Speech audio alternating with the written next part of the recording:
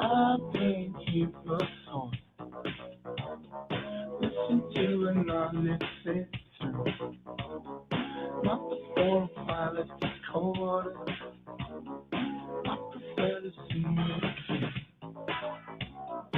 Maybe I won't have to wait long. Maybe I don't have to choose.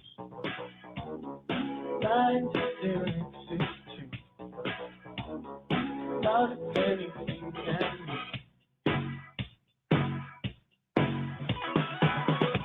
If I could keep driving, I'd be home by now. Once I leave it, I'll be over now. I know by now. I know by now.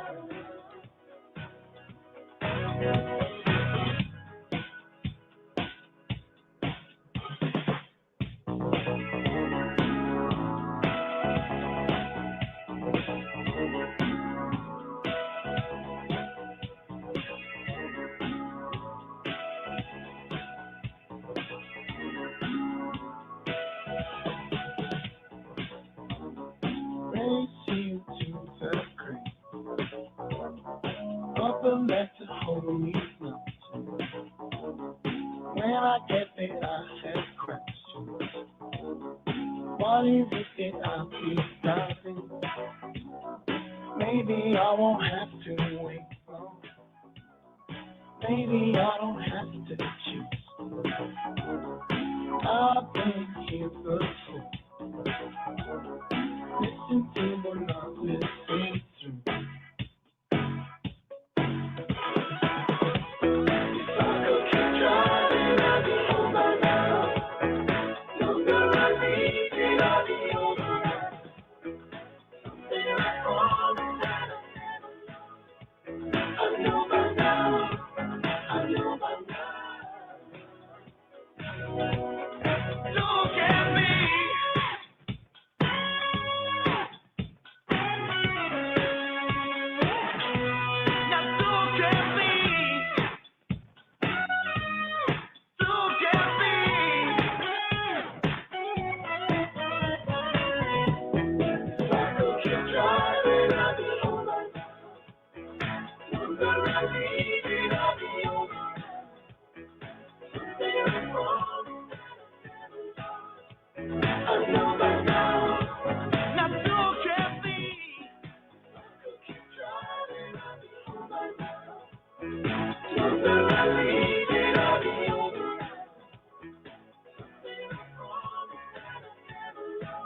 I know by now.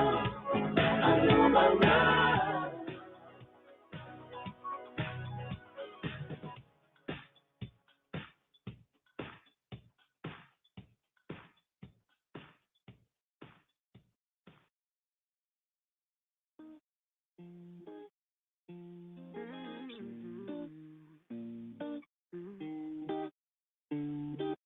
No, I think I'll stay in tonight. Skip the conversations and the oh, I'm fine. No, I, no stranger to surprise. This paper town has let me down too many times. Why do I even try? Give me a reason why. I thought that I could trust you, never mind. While we're switching sides, where do I draw the line? I guess I'm too naive to read the signs. I'm just looking for some real friends. All they ever do is let me down. Every time I let somebody in, then I find out what they're all about. I'm just looking for some real friends. Wonder where they're all hiding now. I'm just looking for some real friends. Gotta get up out of this town.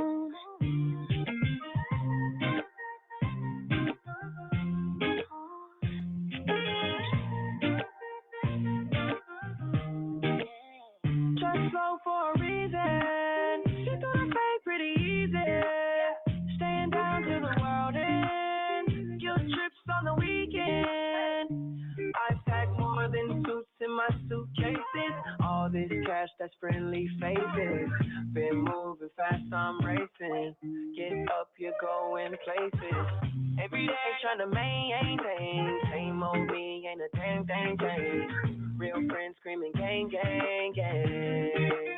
I'm just looking for some real friends. All they ever do is let me down. Every time I let somebody in, then I find out what they're all about. I'm just looking for some real friends. Wonder where they're all hiding out. I'm just looking for some real friends. Gotta get up out of this town.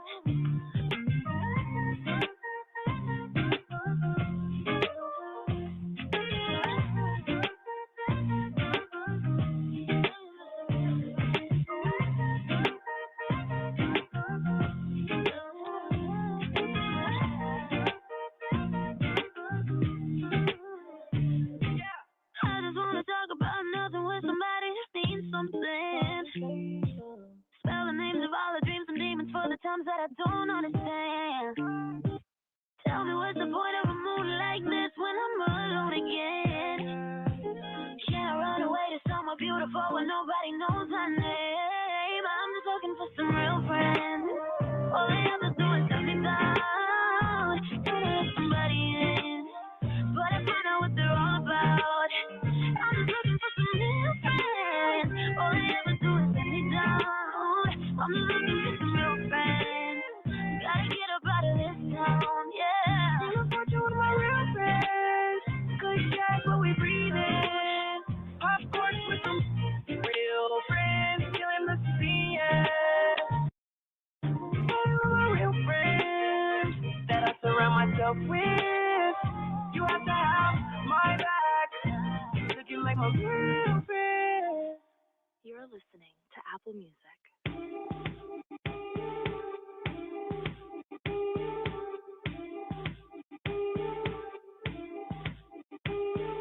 If I was who I was before, then I'd be waiting at your door. But I cannot confess I am safe.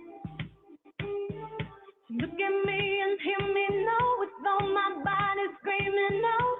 With my mind I'm thinking of a place. No one knows me.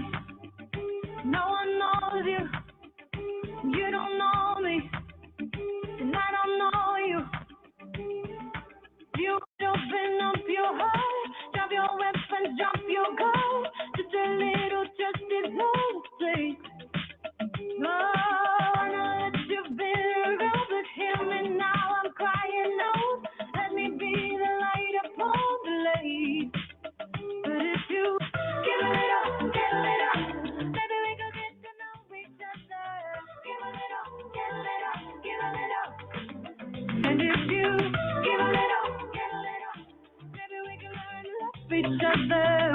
Give a little, give a little, give a little.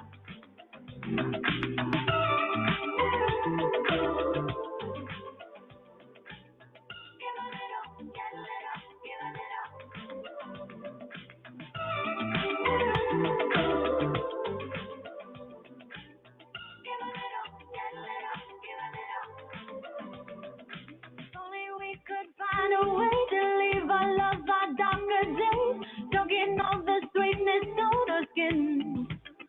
Oh, and if you're waiting in the sun, then carry me on wings of love to that brighter day where all begins. And if you give a little, maybe we could get to know each other. Give a little, give a little, give a little. And if you give a little, maybe we can learn to love each other. Give a little, give a little, give a little.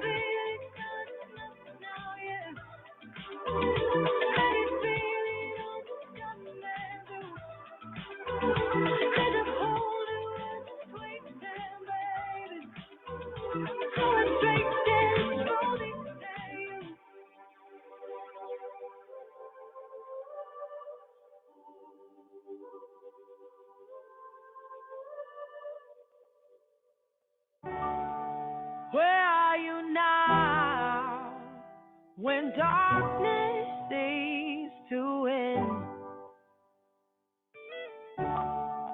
Where are you now when the world is crumbling? Oh, I hear you say, look up, child. Hey, look up, child. Hey, where are you now when all I feel is doubt? Oh, where are you now when I can't figure it out? Oh,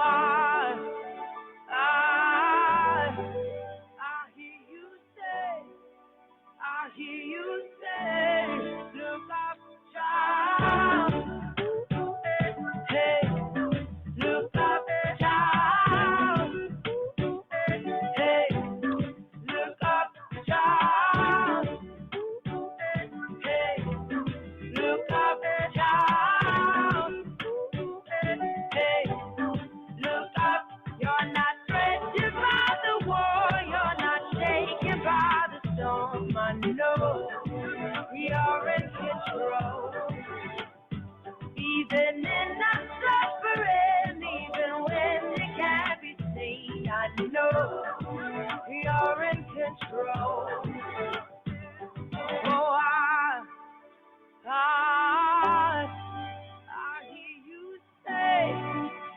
hear you say, look up, child. Hey, look up, child. Hey, look up, child. Oh, look up, child.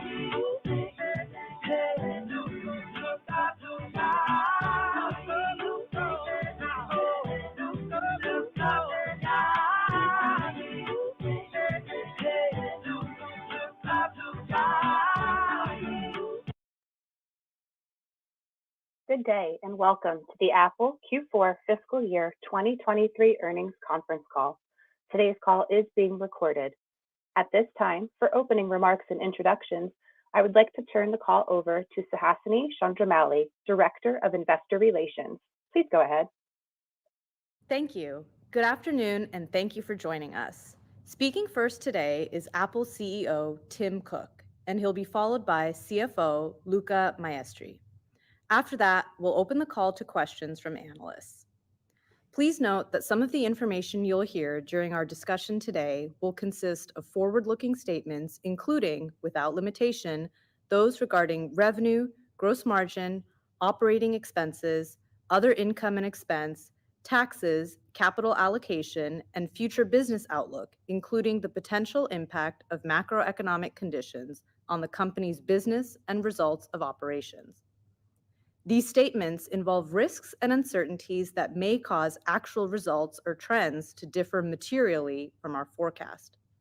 For more information, please refer to the risk factors discussed in Apple's most recently filed annual report on Form 10-K and the Form 8-K filed with the SEC today, along with the associated press release. Apple assumes no obligation to update any forward-looking statements, which speak only as of the date they are made. I'd now like to turn the call over to Tim for introductory remarks. Thank you, Suhasini. Good afternoon, everyone, and thanks for joining the call. Today, Apple is reporting revenue of $89.5 billion for the September quarter.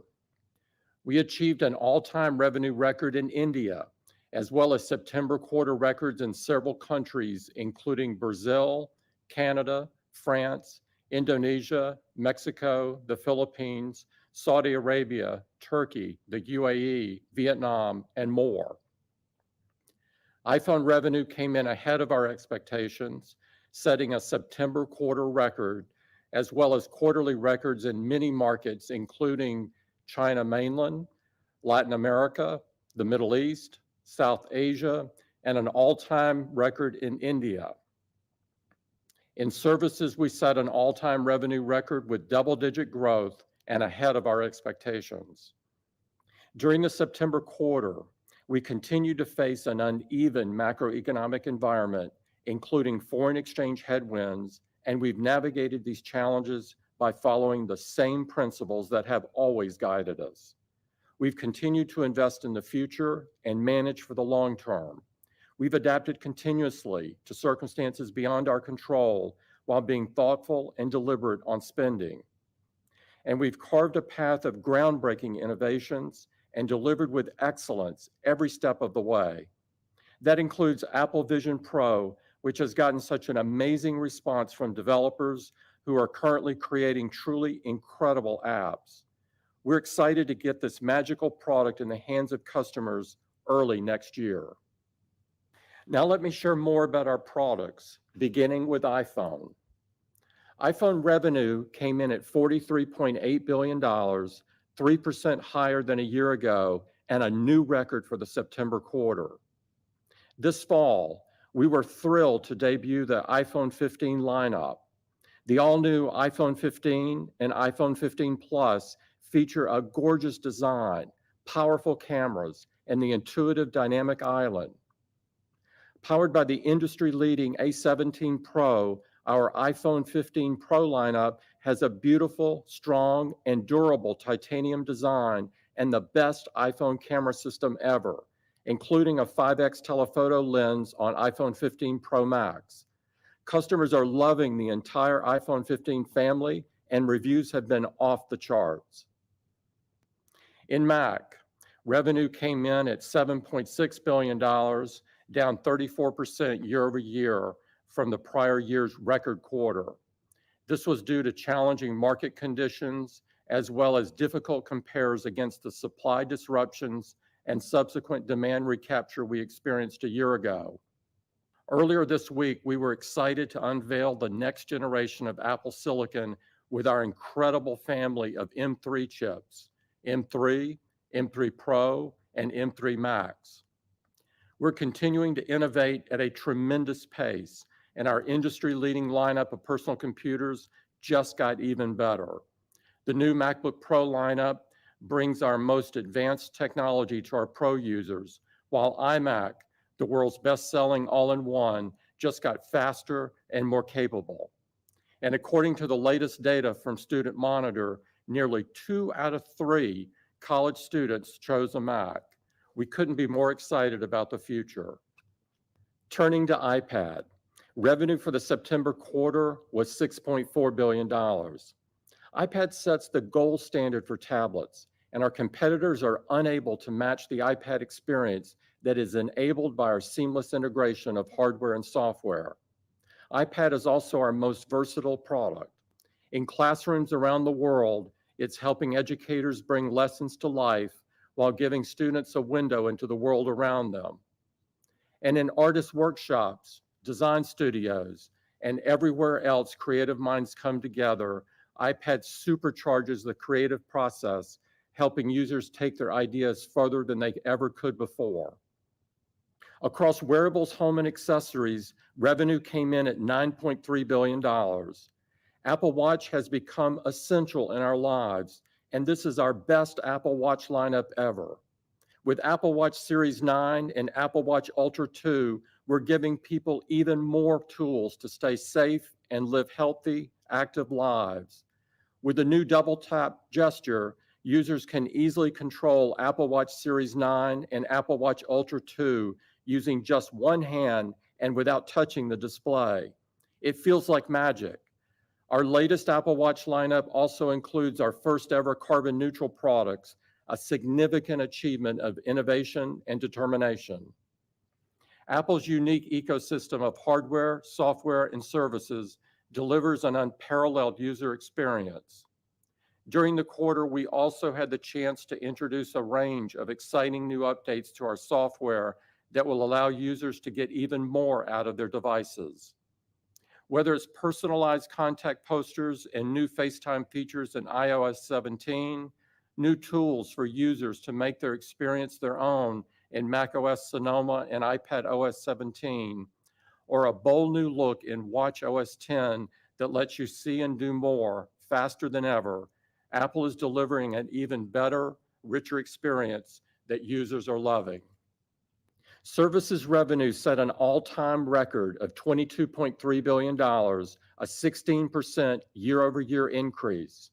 We achieved all-time revenue records across App Store, advertising, Apple Care, iCloud, payment services, and video, as well as a September quarter revenue record in Apple Music.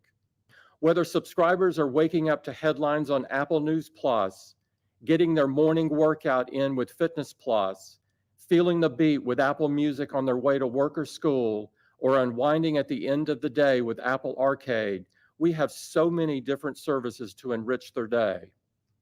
Apple TV Plus continues to delight customers as well, with new and returning shows like The Morning Show, Lessons in Chemistry, and Monarch. We're telling impactful stories that inspire imagination and stir the soul. Making movies that make a difference is also at the heart of Apple TV Plus, and we were thrilled to produce Martin Scorsese's Killers of the Flower Moon, a powerful work of cinema that premiered in theaters around the world last month. We're proud to say that since launch, just over 4 years ago, Apple TV Plus has earned nearly 1,600 award nominations and nearly 400 wins. We also offer subscribers an unprecedented live sports experience with MLS Season Pass. We couldn't be more pleased with how our partnership with Major League Soccer has gone in its first year. Subscriptions to MLS Season Pass have exceeded our expectations, and we're excited to continue that momentum next year. With the playoffs now underway, we can't wait to see who takes home the MLS Cup. And nowhere does the magic of Apple come alive more than it does in our stores. Over the past year, we've continued to find ways to connect with even more customers. We welcomed customers to our first ever retail locations in India. We also opened doors to new stores in Korea, China, and the UK, and expanded the Apple Store online to Vietnam and Chile. And we have another store opening in China this week. In September, I joined our team at Apple Fifth Avenue on launch day, and the energy and excitement were unbelievable. Every time we connect with a customer, we're reminded why we do what we do. From simple joys of creating and sharing memories to life-saving features like emergency SOS via satellite, we're enriching lives in ways large and small. And whether we're working to safeguard user privacy, ensure technology made by Apple is accessible for everyone, or build an even more inclusive workplace, we're determined to lead with our values. Our environmental efforts are a great example of the intersection of our work and our values. Across Apple, we act on a simple premise. The best products in the world should be the best products for the world. We've made our environmental work a central focus of our innovation because we feel a responsibility to leave the world better than we found it, and because we know that climate change cannot be stopped unless everyone steps up and does their part. Our first ever carbon neutral products represent a major milestone, and we're going to go even further. We plan to make every product across our lineup carbon neutral by the end of the decade. And we're not doing it alone. Over 300 of our suppliers have committed to using 100% clean energy for Apple production by 2030. We also continue to invest in entrepreneurs who are lighting the way for a greener, more equitable future. Through our third Impact Accelerator class, we're proud to support a new class of diverse innovators on the cutting edge of green technology and clean energy.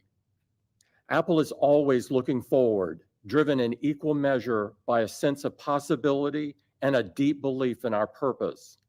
We're motivated by the meaningful difference we can make for our customers and keenly determined to push the limits of technology even further. And that's why I'm so confident that Apple's future is bright. With that, I'll turn it over to Luca. Thank you, Tim, and good afternoon, everyone. Revenue for the September quarter was $89.5 billion, down less than 1% from last year. Foreign exchange had a negative impact of over 2 percentage points, and on a constant currency basis, our revenue grew year over year in total and in each geographic segment. We set a September quarter record in the Americas and saw strong performance across our emerging markets, where both iPhone and services grew double digits. Products revenue was $67.2 billion, down 5% from last year, due to very challenging compares on both Mac and iPad, which I will discuss in more detail later on. At the same time, we reached a September quarter record on iPhone, driven by strength in emerging markets. Our total installed base of active devices reached an all-time high across all products and all geographic segments, thanks to our high levels of customer satisfaction and many new customers joining our ecosystem. Our services revenue set an all-time record of $22.3 billion, up 16% year over year, with growth accelerating sequentially from the June quarter. Our performance in services was broad-based, as we reached all-time revenue records in the Americas, Europe, and rest of Asia Pacific, and a September quarter record in Greater China. We also set new records in every services category. Company gross margin set a September quarter record at 45.2%, up 70 basis points sequentially, driven by leverage and favorable mix, partially offset by foreign exchange. Products gross margin was 36.6%, up 120 basis points sequentially, also driven by leverage and mix, partially offset by foreign exchange. Services gross margin was 70.9%, up 40 basis points from last quarter due to a different mix. Operating expenses of $13.5 billion were at the low end of the guidance range we provided, up 2% year over year. Net income was $23 billion. Diluted earnings per share was $1.46, up 13% versus last year, and a September quarter record. And operating cash flow was strong at $21.6 billion. Let me now provide more detail for each of our revenue categories. iPhone revenue was $43.8 billion, up 3% year over year, and a new September quarter record. We had strong performance in several markets, including an all-time record in India and September quarter records in Canada, Latin America, the Middle East, and South Asia.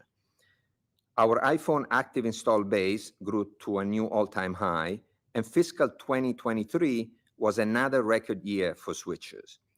We continue to see extremely high levels of customer satisfaction, which 451 Research recently measured at 98% in the US. Mac revenue was $7.6 billion, down 34% year over year, driven by challenging market conditions and compounded by a difficult compare in our own business, whereby last year we experienced supply disruptions from factory shutdowns in the June quarter and were subsequently able to fulfill significant pent-up demand during the September quarter. We also had a difference in launch timing, with the MacBook Air launching earlier this year in the June quarter compared to the September quarter last year. We have great confidence in our Mac lineup and are excited about the recently announced iMac and MacBook Pro powered by our M3 chips. Our install base is at an all-time high, and half of Mac buyers during the quarter were new to the product, driven by MacBook Air.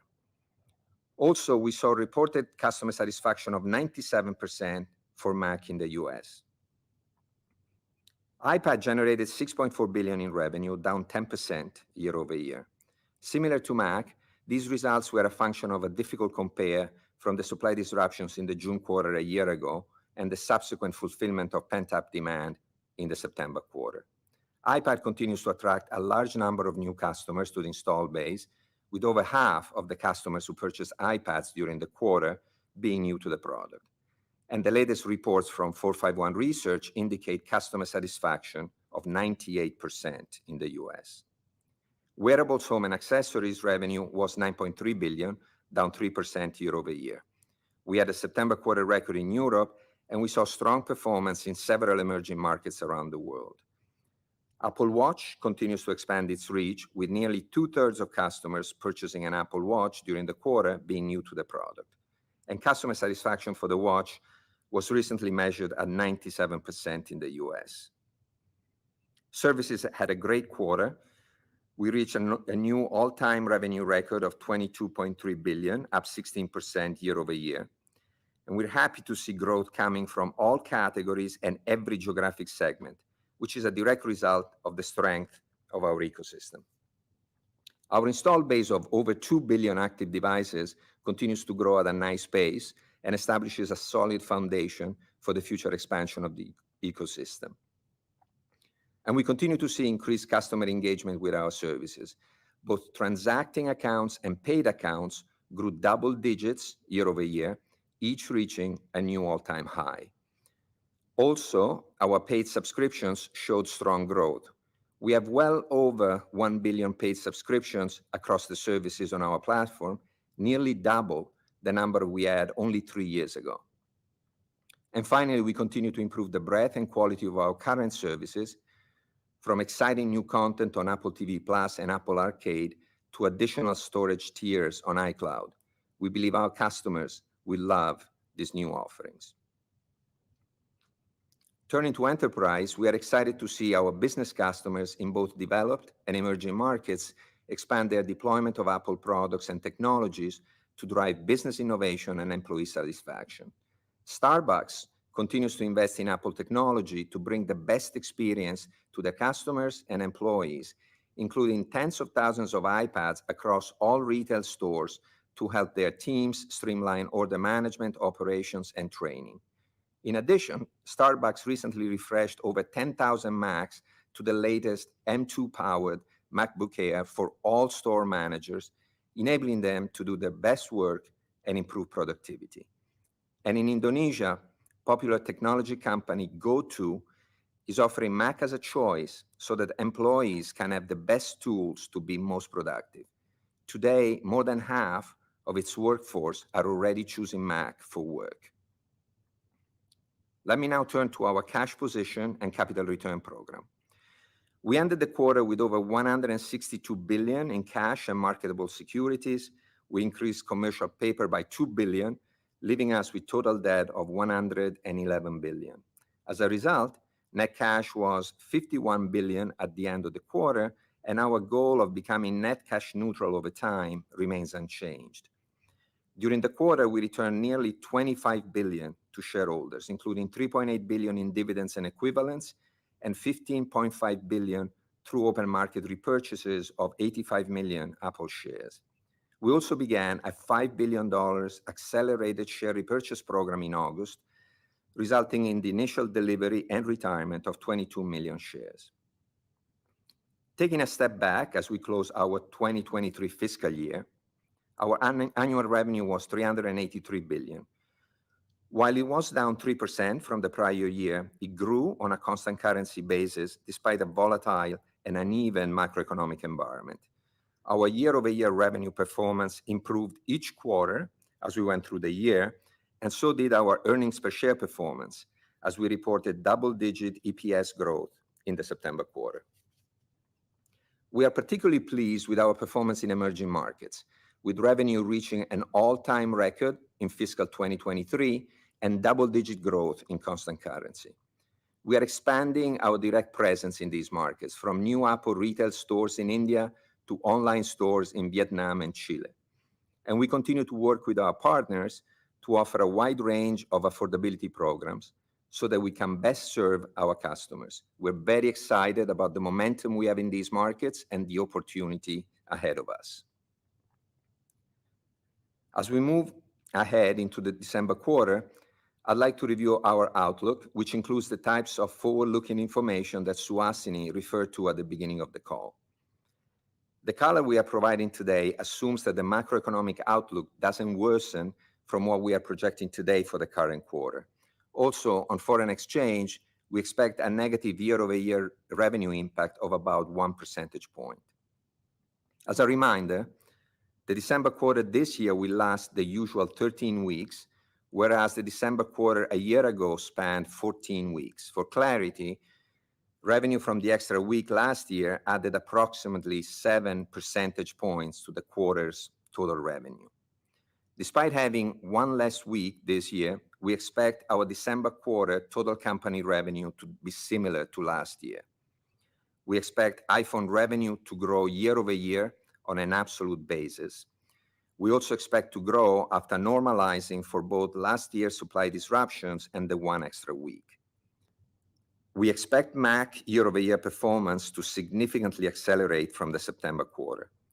We expect the year-over-year revenue performance for both iPad and wearables, home, and accessories to decelerate significantly from the September quarter due to a different timing of product launches. On iPad, we launched a new iPad Pro and iPad 10th generation during the December quarter a year ago.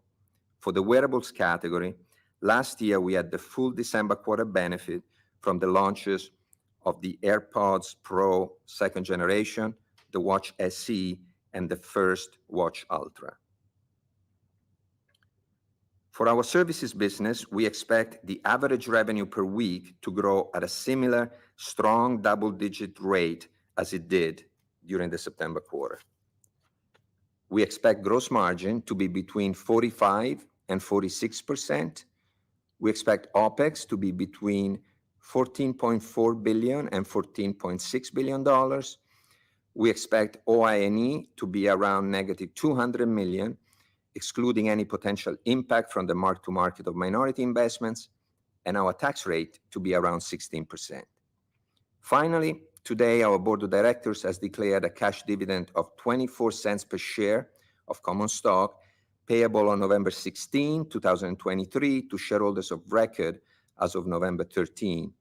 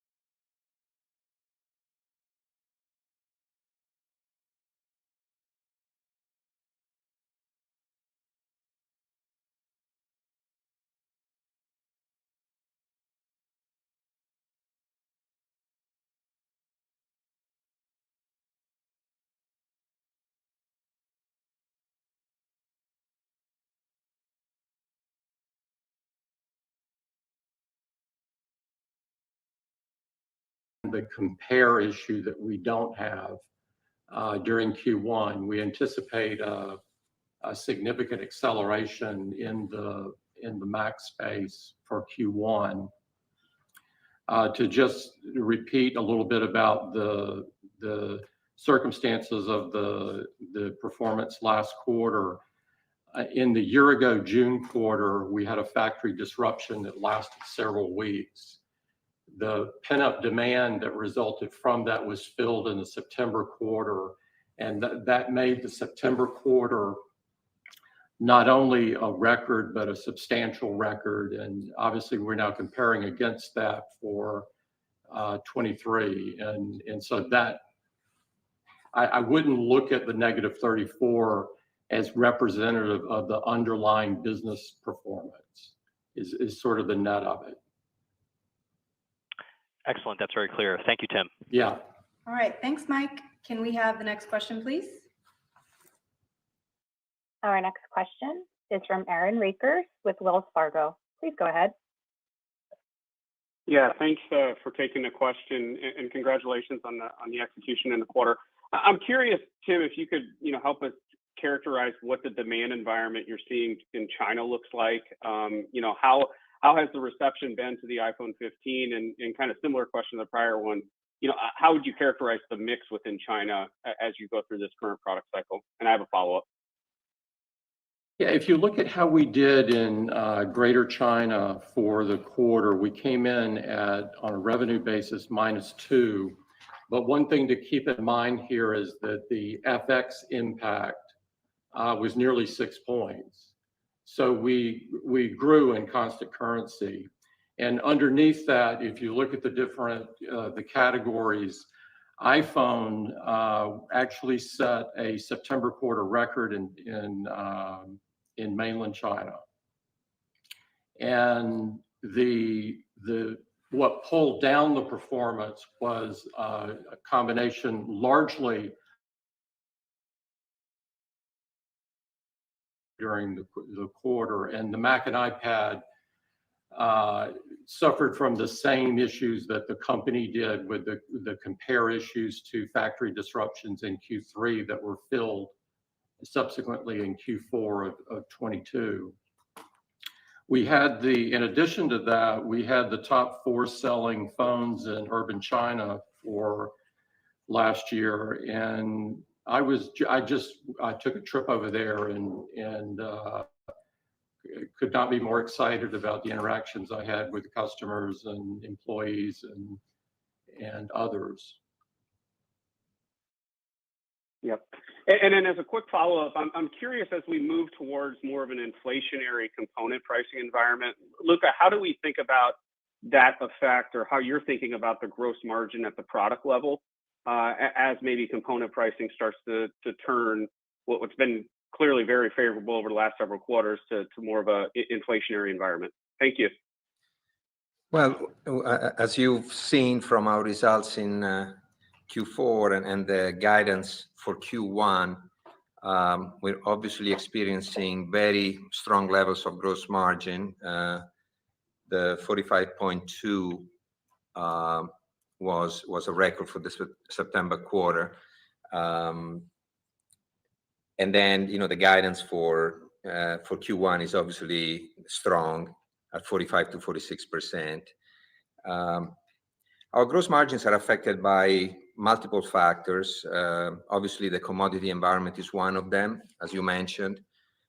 It's been a good environment in recent quarters. But equally important is the mix of what we sell. And obviously, growth in services for us is favorable. And that has helped our company gross margin. Foreign exchange, on the other hand, has been a drag for several quarters, given the strength of the dollar. We don't provide guidance past the December quarter, which is a very important one for us because it's the beginning of the product cycle for many products.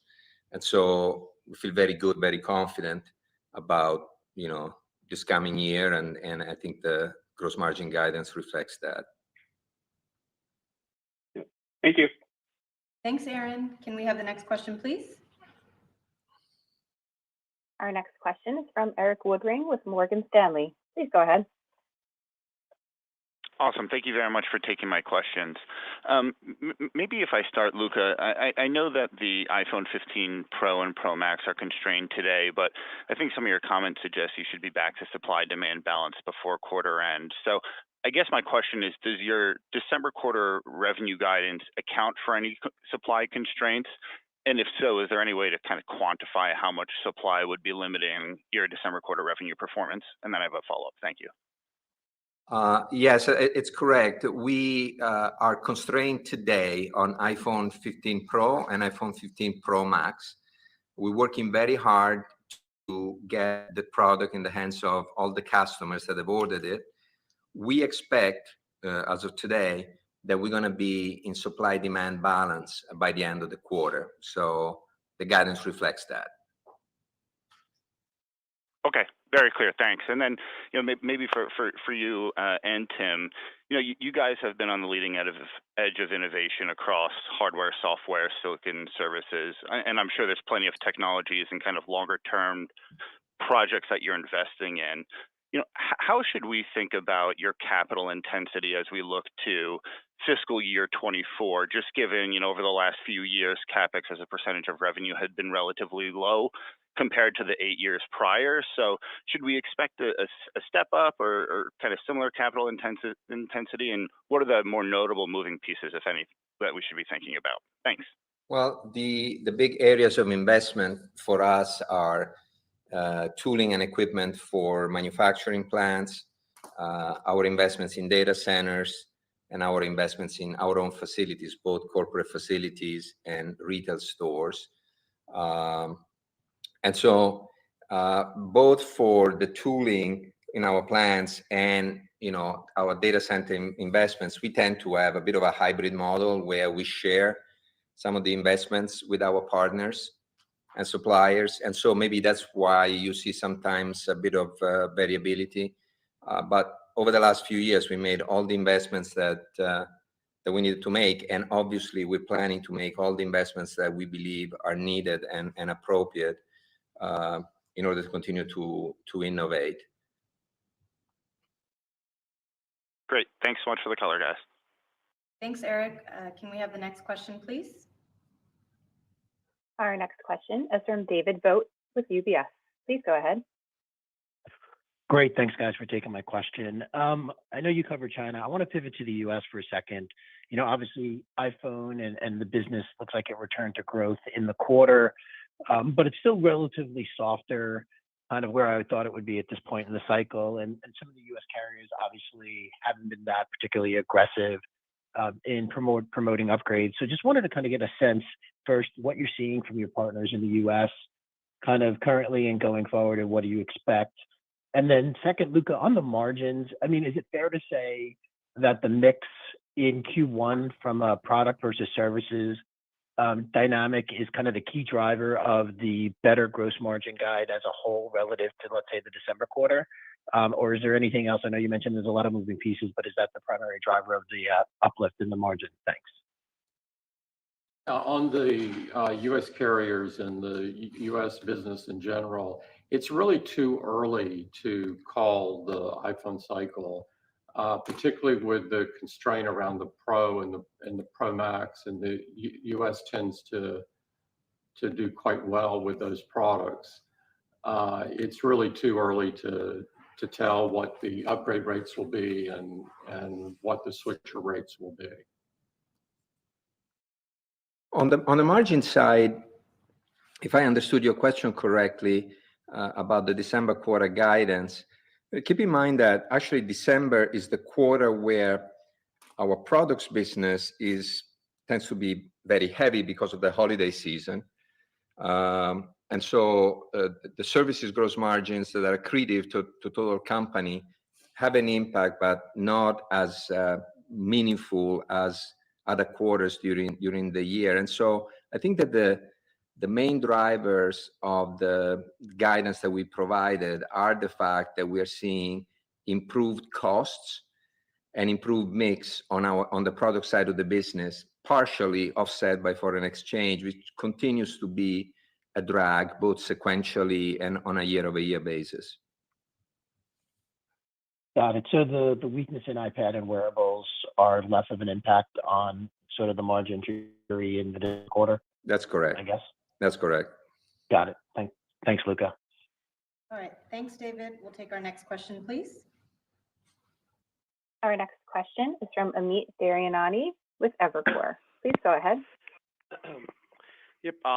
Good afternoon. Thanks for taking my question. I have two as well. I guess first off, just the services growth rate. There was a tremendous acceleration, I think, in September quarter to 16% growth, and sounds like it's going to hold there pretty well into December.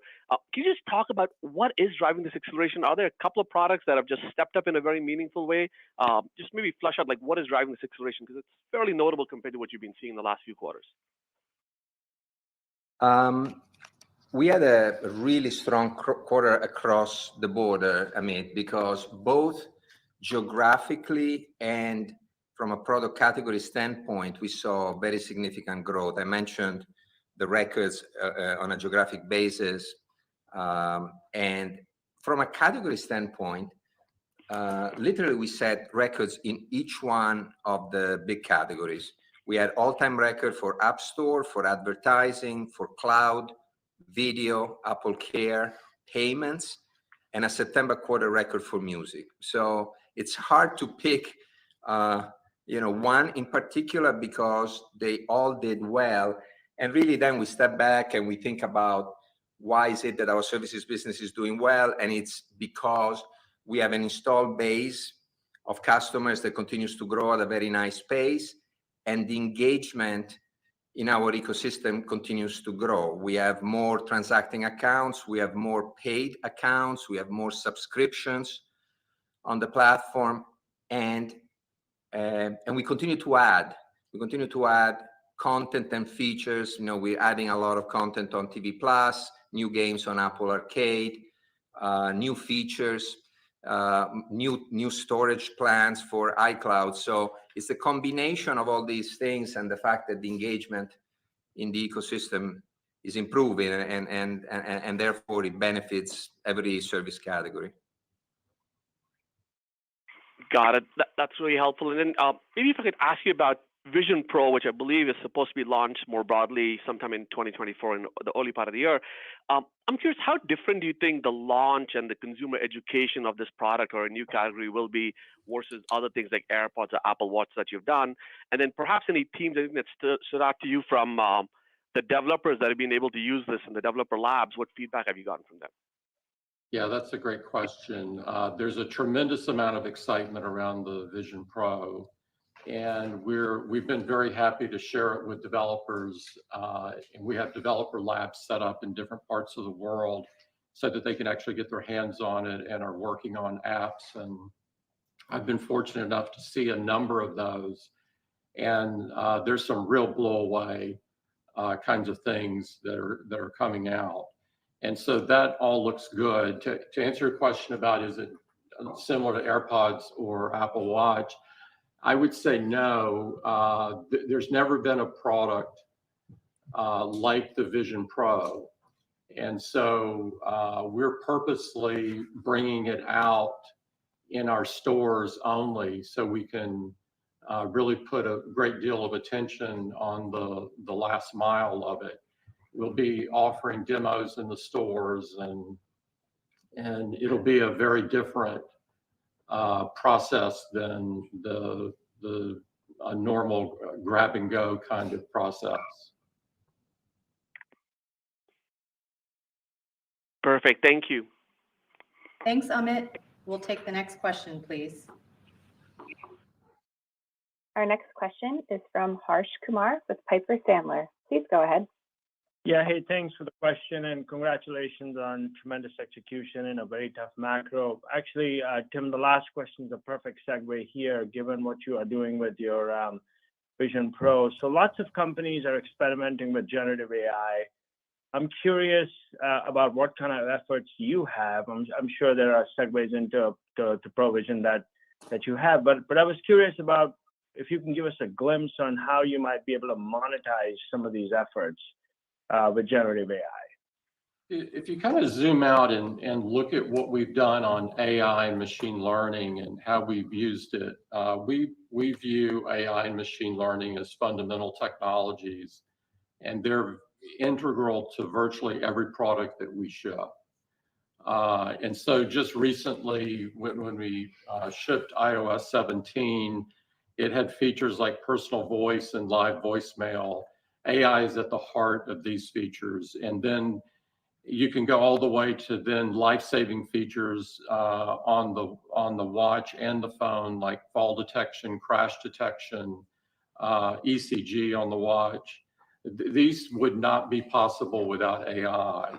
And so we don't label them as such, if you will. We label them as to what their consumer benefit is, but at the fundamental technology behind it is AI and machine learning. In terms of generative AI, we have obviously we have work going on. I'm not going to get into details about what it is because as you know, we really don't do that. But you can bet that we're investing. We're investing quite a bit. We're going to do it responsibly, and you will see product advancements over time where those technologies are at the heart of them. Thanks, Tim. Very clear. And for my follow-up, I had a philosophical question. So you guys always try to provide the best experience for consumers. To that end, I think over the last decade, you've insourced a lot of important chips in your phones, in your Macs, iPads, so on and so forth. And that was, I think, a function that ARM wasn't around in the industry from a merchant angle. But now we see the silicon guys, the chip guys moving to ARM architecture. So my question to you is, has the move to internal silicon been economically profitable proposition for Apple? Or is it a strategic one where you simply need to own this and it's vital to your products for the consumer experience? Or maybe there's a path back to chip vendors at some point in time? It's really enabled us to build products that we could not build without doing it ourselves. And as you know, we like to own the primary technologies in the products that we ship. And arguably, the silicon is at the heart of the primary technologies. And so, no, I don't see going back. I am happier today than I was yesterday, that I was last week, that we made the transition that we've made. And I see the benefit every day of it. Thanks, Tim. Yeah. Thank you, Harsh. We'll take the next question, please.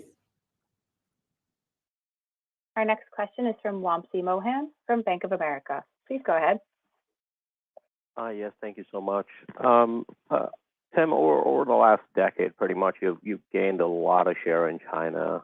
As you look here, some of the domestic players are starting to reemerge, especially in the high-end phone space. I know you touched on China, but how would you see Apple's positioning and opportunity for continued share gains, particularly in China? And how was the linearity in China from a demand perspective? And I have a follow-up, please. In the September quarter, we set an iPhone revenue record in China. We're very proud of that. And we obviously grew. The market predictions that I've seen would have the market contracting. And so if those are correct, then we gained share last quarter. And so we're very proud of that. I don't know what every quarter will hold, and obviously we just give a bit of color on the current quarter. But over the long term, I view China as an incredibly important market, and I'm very optimistic about it. Okay, thanks, Tim. And as a follow-up, you obviously had a great services quarter, and part of your services business has these licensing relationships with search partners where you serve a very important distribution function for them. Can you talk about how you think about these relationships and potentially some of the options maybe Apple has to mitigate some of the risk given some of the scrutiny on with some of these search partners? Thank you so much. They are important relationships, and as you know, we don't get into our commercial relationships in the call. I see them as important, and we make decisions that are in the best interest of our users, or what we feel is in the best interest of our users. And that's kind of what we've done in the past, and how we run the show in the future as well. Okay, thank you, Tim. Thank you, Wamsi. Can we have the next question, please? Our next question comes from Krish Sankar with TD Cowen. Please go ahead. Yeah, hi, thanks for taking my question. I had two of them too. First one, Luca, thanks for the color on gross margin. And when I look at it over the last 4 quarters, even if on a year-over-year basis revenue declined, the gross margins have improved. And I understand services definitely helps. I'm just kind of curious, when you look at on a go-forward basis, are most of the big step functions and cost reductions, like the Mac silicon conversion, et cetera, that are done, or is there more room for margin expansion from here? And then I had a follow-up. Well, on the product side, as you know, when we launch new products, the cost structures of those products tend to be higher than the products that they replace. It happens because we're always adding new technologies, new features, and then we work through the cost curve over the life cycle of the product, and we tend to get benefits as time goes by. The guidance that we provided for December reflects all that, and so we're starting from a better position than a year ago, or than in the past in general. There are other factors that play a role. For example, the mix of products that we sell.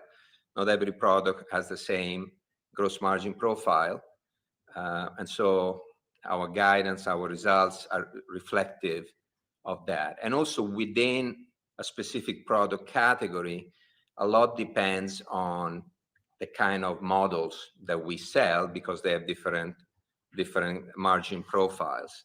I think one of the things that we've done well over the last few years is to offer more affordability solutions to our customers in the form of installment plans, trading options, and low-cost financing in general. And what that has accomplished is reduce the affordability threshold for our customers, and therefore they can buy at the top of our product ranges. That has been a big factor in the reason for our margin expansion. We don't provide guidance or color past the current quarter because there's so many different variables that affect gross margins, but we obviously feel very good about the trajectory that we've had in 2023, and now the guidance that we provide for the beginning of our fiscal 24. And we need some of these things because obviously the foreign exchange environment has been difficult and has been a bit of a drag for us, but net, we're very pleased where we are. Got it. Thanks for that, Luca. And then a follow-up for Tim. Obviously you're seeing amazing momentum in India. I'm just kind of curious, how do you look at, when you look at the India growth opportunity on these hardware units, how to think about ASP relative to that versus like the rest of the geographies? And is there a way to compare or contrast India, growth momentum versus China maybe a decade ago or so at the same point of the rollout of, the share gains in that geography? Yeah, it's a great question. We had an all-time revenue record in India. We grew very strong, double digits. It's an incredibly exciting market for us and a major focus of ours. We have low share in a large market, and so it would seem that there's a lot of headroom there. The ASPs, I haven't looked at them most recently, but I'm sure that they're lower than the worldwide. But that doesn't bother us at all.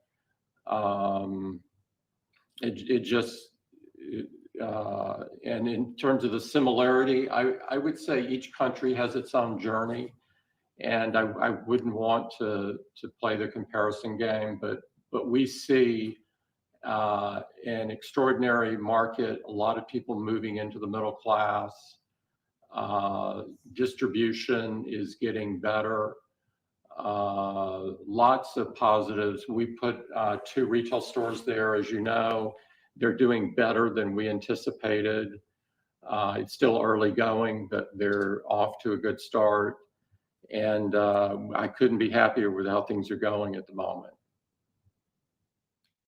Thanks, Tim. Thank you, Krish. We'll now take our next question, please. Our next question is from Ben Reitzes with Melius Research. Please go ahead. Hey, thanks a lot. Appreciate the question. Tim, I appreciate all your commentary around China. It was great to kind of hear about the growth potential there, or your optimism. I wanted to also ask about the supply chain and where is your priority? Do you have a priority to diversify your supply chain? How do you feel about Apple's supply chain around the world? And in particular, what do you think about further investments in the U.S. as well? You know, our supply chain is truly global, and so we're investing all over the world, including in the United States. You know, we were very focused on advanced manufacturing for the U.S. and have worked on a number of different projects in the U.S., whether it's our venture with Corning on the glass or the Face ID module or semiconductors. And so all of these are advanced manufacturing, and I think exactly the kinds of things that the U.S. would be and are very, very good at. We also invest in other regions of the world, and we're continually optimizing the chain. And so at the moment we learn something that didn't work exactly right, we're tweaking it.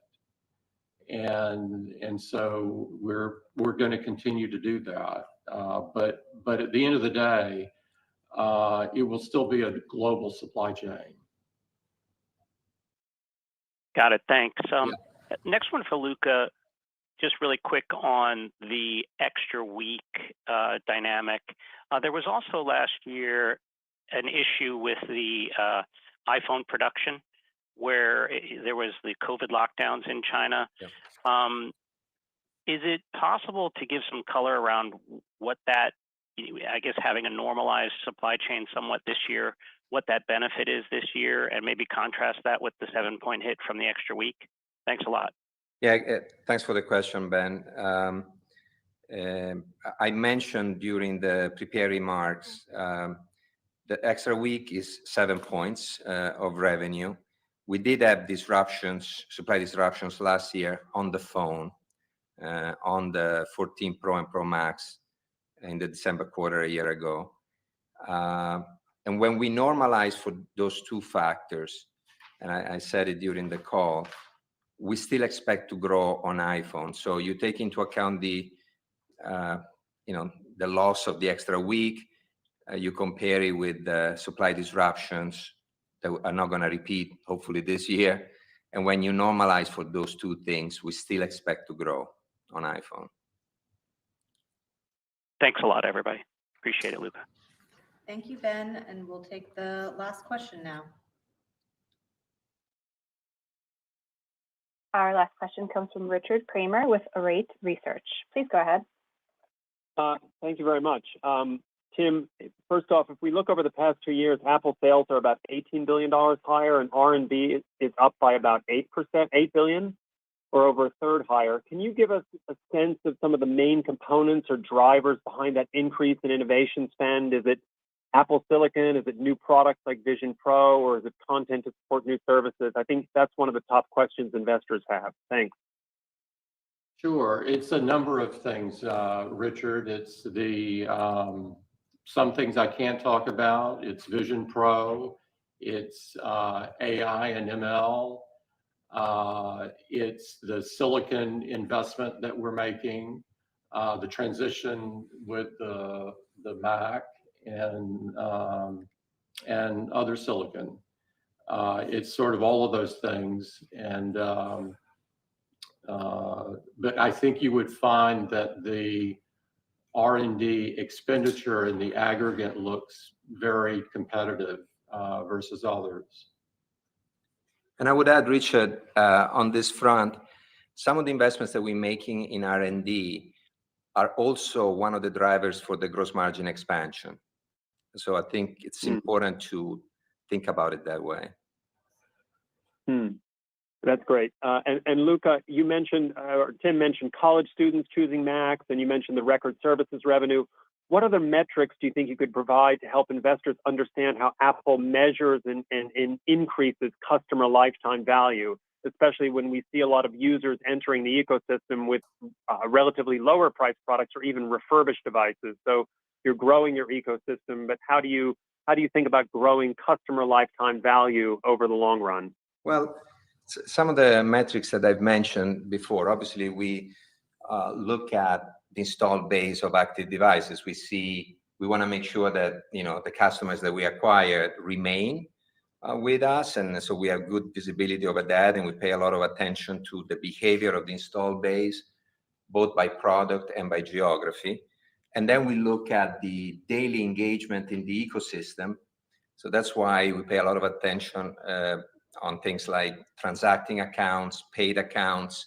We want to see if, in fact, we are able to move our customers from a free model to a paid model over time. That's obviously very, very important for us.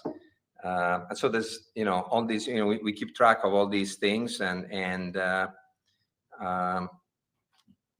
that's, and then what we do, because I think it's really important, is that over time we add new services, and that, obviously, like, for example, the progress that we made in payments in recent years, very, very important, because we've attracted more and more people that are actually now using additional features on our devices, and we are able to monetize that, right? So we take all that into account. We understand what happens when a customer joins us, when they buy a primary device versus a used device. We understand their behavior, in different markets and so on. So we have, I think, pretty good visibility. And I think the progress that we're making in services, we did $85 billion in the last 12 months. That's the size of a Fortune 50, and it's significantly bigger than it was just a couple of years ago. Absolutely. Thanks very much. Thank you, Richard. A replay of today's call will be available for 2 weeks on Apple Podcasts as a webcast on apple.com/investor and via telephone. The number for the telephone replay is 866-583-1035. Please enter confirmation code 0106234, followed by the pound sign. These replays will be available by approximately 5 p.m. Pacific time today. Members of the press with additional questions can contact Josh Rosenstock at 408-862-1142, and financial analysts can contact me, Suhasini Chandramouli, with additional questions at 408-974-3123. Thank you again for joining us today. Once again, this does conclude today's conference. We do appreciate your participation.